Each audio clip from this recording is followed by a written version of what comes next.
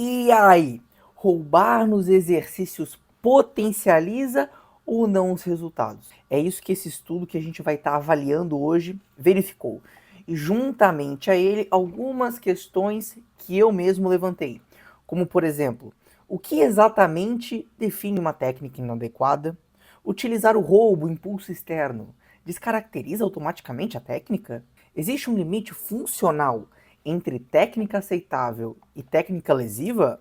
O excesso de rigidez técnica pode, paradoxalmente, olha que palavra linda, senhores, paradoxalmente, uau, reduzir o estímulo e travar a evolução? É isso que a gente vai estar vendo aqui hoje. Vou estar deixando o nome do estudo na descrição do vídeo. Espero que vocês gostem. Vamos lá então. O que o estudo avaliou? Uma síntese objetiva aqui. Ele buscou investigar se o uso do impulso externo, o roubo, altera as adaptações hipertróficas induzidas pelo treinamento resistido nos membros superiores. Lembrando que esse é um estudo de 2025, ele é muito atual e os próprios autores se dizem precursores nessa investigação do roubo e dos resultados referentes a ele. No desenho do estudo, nós tivemos uma amostra de 30 adultos jovens, homens, não treinados, e um delineamento intrasujeito. Cada participante treinou um braço com a técnica estrita e o outro com o roubo. Os exercícios foram a rosca bíceps unilateral com halter e o tríceps na polia. Protocolo de 4 séries, 8 a 12 repetições, até a falha concêntrica, 2 vezes por semana, 8 semanas de duração. Então tivemos os dois grupos, o grupo técnica, com a técnica controlada, sem o impulso, e o grupo roubo, uso deliberado de impulso externo durante a fase concêntrica, principalmente, né, com a proximidade da falha, acredito eu. Os desfechos analisados, avaliados, foram a espessura muscular através de ultrassom, a circunferência do braço e o volume load, séries, reps e cargas. Tudo bem? Como resultados principais, nós não tivemos diferença significativa entre os dois grupos, e isso foi consistente para bíceps, proximal, regiões proximal e distal, tríceps, regiões proximal e distal. Circunferência do braço. Em relação ao volume load, o grupo roubo realizou aproximadamente o dobro do volume load em relação ao grupo técnica. E mesmo assim, não se traduziu em maior hipertrofia nos músculos-alvo, o que é muito condizente com o que nós já sabemos, que você pode alterar o volume load para cima, para baixo, para os lados, e não ter diferença nos resultados de hipertrofia, porque o que caracteriza o resultado de hipertrofia, o estímulo hipertrófico, é a tensão mecânica, ou melhor, a tensão mecânica de qualidade, aquela perda involuntária durante a fase concêntrica nas repetições finais. Então, adicionar repetições nem sempre vai ser algo que vai resultar em melhores resultados. A gente pode ter uma controvérsia, talvez, quando a gente se refere às técnicas avançadas, como por exemplo um resting pause ou um muscle rounds, que buscam manter a intensidade da série, porém continuar trabalhar, acumular mais repetições efetivas, mais repetições próximas da falha, com a boa técnica de execução, mantendo a intensidade. Um ponto importante é que a gente não teve diferenças significativas, mas houveram sim diferenças que favoreceram mais o grupo roubo do que o grupo técnica.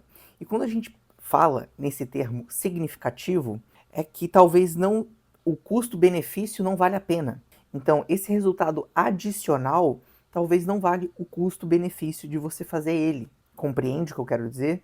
Então, por exemplo, você vai ter um pequeno resultado a mais, roubando, digamos assim, porém você vai se colocar numa área de risco muito maior. Seria uma lógica parecida com um acréscimo de séries no seu treino. A gente sabe que conforme que o valor das séries é decrescente, então as primeiras séries de trabalho do seu treino têm um valor muito maior do que as últimas, e cada adição de série que você faz vale menos. E para ela ter o valor dessa primeira aqui, é muito mais séries que você tem que adicionar, não valendo o custo-benefício. Agora, dentre os tópicos adicionais que eu gostaria de trazer aqui, a técnica estável. Por que ela ainda importa? Bom, a gente pode dizer redução no risco de lesão, uma maior previsibilidade do estímulo, melhor controle da sobrecarga progressiva. O meu ponto crítico em relação à técnica e à sua execução seria a técnica excessivamente rígida, que pode levar a um estímulo insuficiente. Por exemplo, não é incomum eu ver principalmente as mulheres na academia fazendo uma técnica muito perfeita, mas muito aquém do estímulo que deveria ser. Então sempre vão ter os mesmos resultados, porque priorizam uma execução tão limpa, que qualquer margem de erro ou esforço adicional é como se tivesse errado. E isso compromete o recrutamento eficiente das unidades motoras de alto limiar, assim como adaptações futuras. Nesse sentido, algum ruído na execução, muitas vezes ele é esperado, até mesmo em máquinas. Porém, esse ruído milimétrico não tende a trazer malefícios, mas sim benefícios. Por exemplo, vamos pegar uma máquina de exemplo, uma máquina de supino. Cara, é muito difícil você sair da técnica numa máquina de supino. É tudo muito estável, é um ambiente muito controlado, digamos assim. Mas, por exemplo, quando você está na sua última série, pode ser muito comum, às vezes, você dar uma tremedeira, tremer um pouco o cotovelo, desalinhar um pouco o movimento, mas é algo assim que, cara, é milimétrico. Então, nesse sentido, não creio que vá prejudicar os seus resultados ou te botar em risco agressivo. Mas agora, tratando do roubo e dos seus possíveis benefícios e malefícios, a gente poderia dizer o seguinte, que ele vai permitir continuar a série próximo ou além da falha, mas a forma que isso acontece é muito importante da gente estar falando aqui. Vamos pegar um exercício clássico de roubo.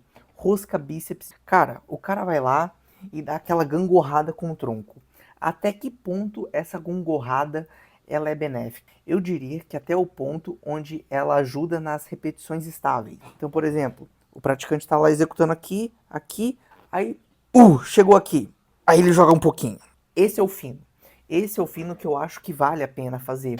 Qual que é o fino que eu acho que não vale a pena fazer? Fez essa última aqui, bem bonitinha.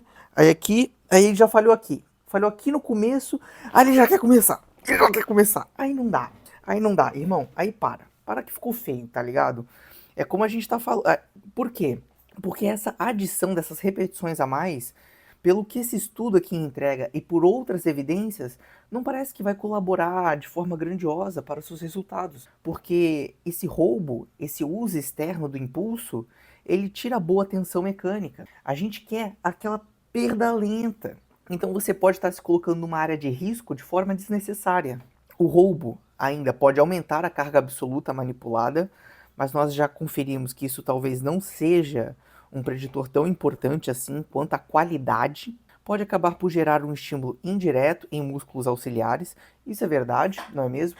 Então, por exemplo, a rosca direta, a gente acaba fazendo esse movimento aqui do braço, esse balanço aqui. Eu acho muito interessante na rosca direta livre fazer esse balanço aqui, apoio, não fazer travado assim, não acho interessante. Eu acho que a rigidez desse movimento específico, ela tem... Eu acho que o trabalho mais rígido do bíceps vai se dar melhor aproveitado em movimentos, em exercícios propriamente ditos para isso. Como, por exemplo, a rosca no banco 45, onde você deixa aqui, ou a rosca bayesiana, que exige realmente uma maior estabilidade para o melhor aproveitamento. Pensando na rosca direta livre, ou a rosca Scott mesmo. Rosca direta livre, esse trazer aqui o cotovelo eu acho super interessante, principalmente quando é mais ou menos nessa medida de 30 graus aqui. Talvez até aqui assim não seja necessário, né? Pode acabar por ser útil como uma estratégia pontual, mas não como um padrão. Dentre os malefícios, eu acredito que introduz um ruído na leitura da sobrecarga progressiva, então a gente tem que tomar cuidado para o roubo do exercício não entrar no espectro, olha só que palavra bonita, do aumentar a repetição ou a carga a qualquer custo.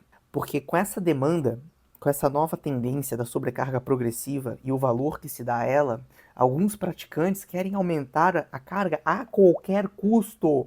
E não, Cais, você tem que manter a técnica não muda. Então, se você rouba, às vezes é muito comum a gente usar esse balanço, esse impulso externo numa remada, mesmo que essa remada tenha um apoio para peito, você consegue ainda fazer um impulso. Nos exercícios, alguns exercícios isoladores, que é bem comum, mas tem que ser algo pontual, tem que ser algo milimétrico, mínimo, o mínimo possível, para finalizar aquela repetição, não para tirar 5, 6 a mais, porque isso traz um ruído na leitura do seu progresso e vai te prejudicar a longo prazo, porque a gente também vai estar falando então de uma dificuldade na comparação das sessões, a gente está potencialmente aumentando o custo articular e tecidual, então seus tendões e articulações acabam por sofrer um maior desgaste desnecessário, pode estar mascarando uma estagnação real. A questão dos exercícios em máquinas e pesos livres, eu também quis trazer um pouco aqui, e é óbvio, né? As máquinas tendem a favorecer mais o isolamento, a técnica estrita tende a ser mais relevante e é muito difícil de você roubar, tirando as máquinas de costas. Geralmente as remadas e puxadas você consegue roubar nela. Os pesos livres envolvem a ação de sinergistas e estabilizadores e é esperado algum tipo de grau de ruído ali na execução. Por exemplo, o meu supino barra livre. Eu acho que eu tenho um excelente domínio do supino barra livre. Porém, algum ruído às vezes tem nas cargas mais pesadas, e é inevitável. Respondendo os outros tópicos levantados no início desse vídeo, como utilizar o roubo descaracteriza automaticamente a técnica? Não, como a gente acabou de conversar. Se for feito de forma pontual, com o objetivo principalmente de finalizar aquela repetição mais difícil, super válido e pode ser interessante, mas tem que ser bem manipulado, com toda certeza. A questão do limite funcional entre técnica aceitável e técnica lesiva, a gente já tratou aqui. Obviamente, a rigidez técnica pode paradoxalmente reduzir o estímulo e travar a evolução? Creio que sim, principalmente, mais especificamente, no cenário onde se tem medo da falha, medo de sair daquele padrão. Não é incomum eu ver esse medo, principalmente no público feminino, como nós já comentamos. Bom, por fim, uma síntese aqui com uma frase bem genérica para os senhores, que o nosso objetivo não é roubar nem ser super robótico, mas sim produzir uma alta tensão no músculo-alvo, com o menor custo estrutural possível, mantendo ali a progressão real ao longo do tempo. Pessoal, era isso que eu tinha para falar sobre roubo nos exercícios. Deixa aqui a sua contribuição nos comentários. Um agradecimento especial a vocês. Os vídeos estão indo super bem, estou gostando bastante de produzir eles. Os comentários que vocês fazem são muito bons. Eu leio todos, acho assim uma qualidade que eu não vejo em outros vídeos. Eu acho que isso se dá porque o nosso público ainda é pequeno, mas espero manter isso no longo prazo, porque, cara, é algo bonito de se ver. Muito obrigado. Se você gostou do vídeo, deixa o like.